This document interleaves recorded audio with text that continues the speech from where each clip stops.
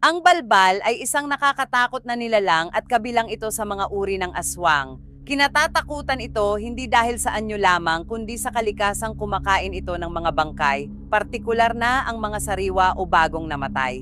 Sinasabing ito'y may matalas na pang-amoy na kayang nito tukuyin ang laman ng tao kahit malalim pa itong nakalibing. Karaniwan sumasalakay ito sa mga libingan sa hating gabi upang hukayin ang patay at kainin ang laman nito. Bukod dito, may kakayahan din ng balbal na magbago ng anyo bilang tao tulad ng mga kakilala mo upang makalapit sa mga tao nang hindi agad napapansin. Maaari itong maganyong matandang babae, hayop o isang kaanak ng namatayan. Kadalasan gumagamit ito ng itim na mahika, orasyon o anting-anting upang maisakatuparan ang panlilinlang at upang manatiling nakatago sa mata ng karaniwang tao. Sa paniniwala ng matatanda, ang paglalagay ng bawang, asin o pagdarasal sa lamay ay isang paraan upang maprotektahan ang bangkay laban sa balbal na hindi lamang gutom sa laman, kundi gutom din sa takot at kaluluwa ng mga naiwan. Ito si Lola Minda at tandaan, ang tao may alam, ligtas at di malilinlang.